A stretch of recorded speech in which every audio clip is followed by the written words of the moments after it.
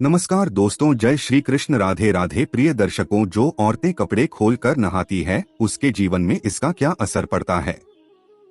मित्रों, इस वीडियो में एक कहानी के जरिए आपको बताया जाएगा, साथ ही यह वीडियो आपको बहुत अच्छी जानकारी और सीख देकर के जाएगी। तो चलिए मित्रों, आपका कीमती समय बर्बाद ना करते हुए आप सीधे कहानी पर ही पहुंचते हैं। मित्रों, एक समय विष्णु भगवान लक्ष्मी माता के साथ हरिद्वार में घूम रहे थे। लक्ष्मी माता ने देखा कि समस्त मनुष्य गंगा में नहा नहा कर हर हर गंगे कहते चले जा रहे हैं। प्रिय दर्शकों, अगर आप यह कहानी सुन रहे हैं तो पूरा सुनिएगा, क्योंकि आधा अधूरा ज्ञान कभी किसी के लिए सही नहीं होता। इसके अलावा ही माता लक्ष्मी, जो भी भक्त इस वीडियो को लाइक करें और चैनल को सब्सक्राइब करके कमेंट में जय माता लक्ष्मी लिखे, उनके घर में धन की कभी कोई कमी न रहे, उनका घर हमेशा धन से भरा रहे। दोस्तों, जब माता ने देखा कि समस्त मनुष्य गंगा में नहा नहा कर हर हर गंगे कहते चले जा रहे हैं, परंतु सभी दुखी और परेशान है, तब लक्ष्मी माता ने बहुत आश्चर्य से भगवान विष्णु से पूछा, गंगा में इतनी बार स्नान करने पर भी इनके पाप और दुखों का नाश क्यों नहीं हुआ? क्या गंगा में अब सत्य पता नहीं रही? भगवान विष्णु ने कहा, गंगा में तो वही सामर्थ्य है, परंतु इन लोगों ने पापनाशिनी गंगा में स्नान ही नहीं किया है, फिर इन्हें लाभ कैसे हो? लक्ष्मी जी ने आश्चर्य से कहा कि स्नान कैसे नहीं किया? सभी तो नहा कर जा रहे हैं, अभी तक इनके शरीर भी नहीं सूखे हैं। भगवान विष्णु ने कहा, यह लोग तो केवल जल में डुबकी लगाकर आ रहे हैं, तुम्हें कल इसका रहस्य समझाऊंगा। दूसरे दिन बहुत जोर की बरसात होने लगी, गलियां कीचड़ से भर गई। एक चौड़े रास्ते में एक गहरा गड्ढा था, चारों ओर कीचड़ भर रहा था और भगवान विष्णु ने लीला से वृद्ध रूप धारण कर लिया और विवश की तरह गड्ढा में जाकर ऐसे पर गए जैसे कोई मनुष्य चलता चलता गड्ढे में गिर पड़ा हो और निकलने की चेष्टा करने पर भी न निकल पा रहा हो। लक्ष्मी जी को उन्होंने यह समझाकर गड्ढे के पास बैठा दिया कि देखो, तुम लोगों को सुना सुना कर यूं पुकारती रही कि मेरे वृद्ध पति अकस्मात गड्ढे में गिर पड़े हैं, कोई पुण्य आत्मा इन्हें निकालकर इनके प्राण बचाए और हम असहाय की सहायता करें। और भगवान विष्णु ने यह भी समझा दिया कि जब कोई गड्ढे में से मुझे निकालने को तैयार हो तब इतना और कह देना कि मेरे पति सर्वथा निष्पाप है, इन्हें वही छुए जो खुद भी निष्पाप हो। यदि आप निष्पाप है तो इनके हाथ लगाइए, नहीं तो हाथ लगाते ही आप भस्म हो जाएंगे। लक्ष्मी जी तथास्तु कहकर गड्ढे के किनारे बैठ गई और आने जाने वालों को सुना सुनाकर भगवान विष्णु जी की सिखाई हुई बात कहने लगी। गंगा में नहाकर लोगों के दल आ रहे हैं और सुंदर युवती को यूं बैठी देखकर कई के मन में पाप और कईयों को कुछ धर्म का भय हुआ, कई कानून से डरे और कुछ लोगों ने तो लक्ष्मी जी को यह भी सुना दिया कि मरने दे बुद्धि को, क्यों उसके लिए रोटी है। और कुछ दयालु चरित्रवान पुरुष थे, उन्होंने उस युवती के पति को निकालना चाहा, परंतु लक्ष्मी जी के वचन सुनकर वे भी रुक गए। उन्होंने सोचा कि हम गंगा में नहाकर आए हैं तो क्या हुआ, पापी तो है ही कहीं, रायता करते समय हम भस्म न हो जाएं। इस स्त्री के कथन के अनुसार हम खुद भस्म न हो जाएं, किसी का साहस नहीं हुआ। सैकड़ों आए, सैकड़ों ने पूछा और चले गए। संध्या हो चली, तब भगवान विष्णु ने माता लक्ष्मी से कहा, देखा आया कोई सच्चे हृदय से गंगा में नहाने वाला। तब थोड़ी देर बाद एक जवान हाथ में लौटा लिए हर हर गंगे करता हुआ निकला। लक्ष्मी जी ने उसे भी वही बात कही। युवक का हृदय करुणा से भर आया, उसने भगवान विष्णु को निकालने की तैयारी की। लक्ष्मी जी ने रोककर कहा कि भाई, यदि तुम सर्वथा निष्पाप नहीं होंगे तो मेरे पति को छूते ही जल जाओगे। उसने उसी समय बिना किसी संकोच के दृढ़ निश्चय के साथ लक्ष्मी जी से कहा कि माता, मेरे निष्पाप होने में तुझे संदेह क्यों होता है? देखती नहीं मैं अभी गंगा नहाकर आया हूँ, भला गंगा में गोता लगाने के बाद भी कभी पाप रहते हैं? मैं अभी तुम्हारे पति को निकालता हूँ। युवक ने लपक कर बूढ़े को ऊपर उठा लिया। भगवान विष्णु और लक्ष्मी ने उसे अधिकारी समझकर अपना असली स्वरूप प्रकट कर उसे दर्शन देकर कृतार्थ किया। भगवान विष्णु जी ने माता लक्ष्मी से कहा कि इतने सारे लोगों में से एक ने ही गंगा स्नान किया है। इसी दृष्टांत के अनुसार जो लोग बिना श्रद्धा और विश्वास के केवल दंभ के लिए गंगा स्नान करते हैं, उन्हें वास्तविक फल नहीं मिलता, परंतु इसका यह मतलब नहीं कि गंगा स्नान व्यर्थ जाता है। गंगा स्नान का बहुत पुण्य भी है।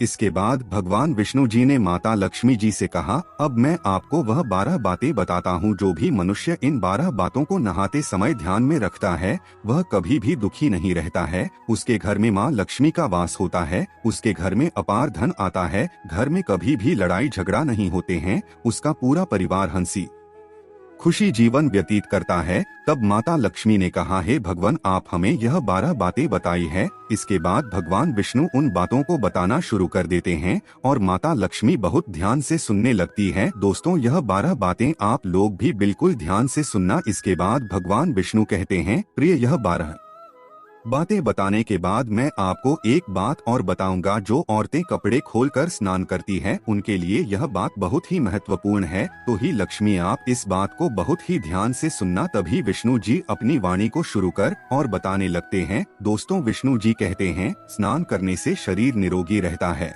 और मन प्रसन्न रहता है। नहाने से चेहरे की क्रांति और शारीरिक आकर्षण में भी बढ़ोतरी होती है। अगर इस नित्य कर्म के दौरान कुछ बातों का ध्यान रखा जाए तो आध्यात्मिक से भी ज्यादा लाभ पाया जा सकता है। नहाने के क्रम में इन बातों का ख्याल जरूर रखा जाना चाहिए। नंबर 1, स्नान करने के बाद शुद्ध होकर पूजा पाठ आदि सारे काम करने के योग्य बनते हैं, इसलिए सुबह को ही स्नान कर लेना चाहिए। नंबर 2, शास्त्रों में कहा गया है कि स्नान करने से इन गुणों की प्राप्ति होती है: रूप, तेज बाल, पवित्रता, आयु, आरोग्य, नियोक्ता, तप और मेधा। नंबर 3, धन, पुष्टि व आरोग्य और स्वास्थ्य चाहने वालों को हर मौसम में और हर दिन स्नान करना चाहिए। नंबर 4, शास्त्रों में कहा गया है कि सुबह स्नान करने से पाप का नाश होता है और पुण्य मिलता है। ऐसा कहा गया है कि सुबह नहाने वालों के पास नकारात्मक शक्तियां नहीं भटकती, इसीलिए सुबह स्नान करना ही उचित है। नंबर 5, बीमारी की हालत में सिर के नीचे से ही स्नान करना चाहिए। गीले कपड़े से शरीर को पोंछ लेना एक तरह का स्नान ही कहा गया है।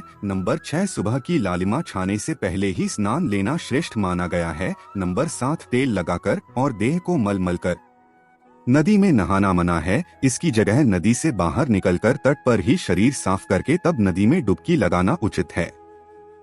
नंबर 8, जिन घाटों पर कपड़े धोए जाते हैं वहां का जल पवित्र माना गया है, इसलिए वहां से कुछ दूर हटकर ही नहाना चाहिए। नंबर 9, नदी में 11 या 21 डुबकी लगाना अच्छा बताया गया है। नंबर 10, पवित्र नदियों में कपड़े निचोड़ने की मनाही है। नदी में किसी तरह की गंदगी नहीं बढ़ानी चाहिए। नंबर 11, नल की तुलना में झरने का पानी झड़ने से ज्यादा नदी का पानी, नदी के पानी से किसी तीर्थ का जल, पीठ के जल से गंगाजल अधिक श्रेष्ठ माना गया है। नंबर 12, गंगा माता का कथन है कि स्नान करते वक्त कोई चाहे जहां भी मेरा स्मरण करेगा, मैं वहां जल में आ जाऊंगी। इसके बाद भगवान विष्णु जी ने कहा, अब मैं आपको औरतों के बारे में बताता हूँ जो औरतें कपड़े खोलकर स्नान करती है। हिंदू धर्म शास्त्रों में हर एक चीज के लिए कुछ नियम बनाए गए हैं। इन नियमों में से एक है स्नान को लेकर की गई बात है। ऐसा माना जाता है कि आम व्यक्ति को शास्त्रों के नियम का पालन जरूर करना चाहिए, जिससे उनके घर की सुख समृद्धि बनी रहती है और खुशहाली आती है, साथ में अपार धन बरसता है, माता लक्ष्मी प्रसन्न होती है।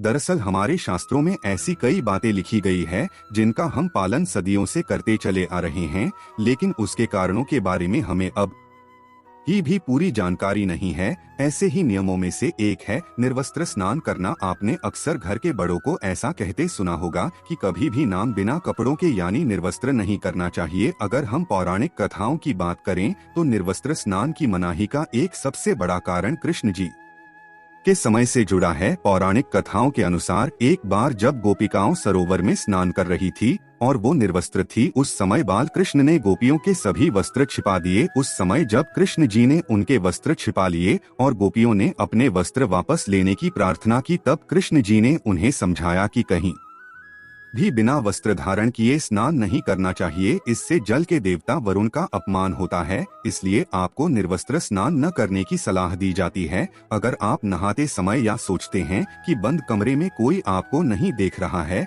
तो ऐसा गलत है, क्योंकि ईश्वर आपको हर स्थान पर देखते हैं। और यदि आप निर्वस्त्र होकर स्नान कर रहे हैं तो यह मुख्य रूप से जल के देवता वरुण का अपमान करने जैसा होता है। निर्वस्त्र स्नान से आपको पाप लग सकता है और आर्थिक एवं शारीरिक नुकसान पहुंच सकते हैं। यदि आप निर्वस्त्र स्नान करते हैं तो आपके शरीर में नकारात्मक ऊर्जा प्रवेश करती है और आपकी मानसिकता भी नकारात्मक हो सकती है। इसीलिए हमेशा आपको यही सलाह दी जाती है कि आप नहाते समय कोई एक कपड़ा जरूर धारण करें, लेकिन बिना कपड़ों के स्नान न करें, तभी आपके लिए बेहतर होगा। निर्वस्त्र स्नान से शरीर की सकारात्मक ऊर्जा शरीर से बाहर निकल सकती है और इसका प्रभाव आपके शरीर के साथ आपके मन मस्तिष्क में भी होता है। गरुड़ पुराण के अनुसार जब आप स्नान करते हैं तब आपके पितृ यानी मृत पूर्वज आपके आसपास मौजूद होते हैं। यदि आप निर्वस्त्र स्नान करते हैं तो आपको पितृ दोष लग सकता है। ऐसे स्नान करने से आपके पितरों को तृप्ति नहीं मिलती है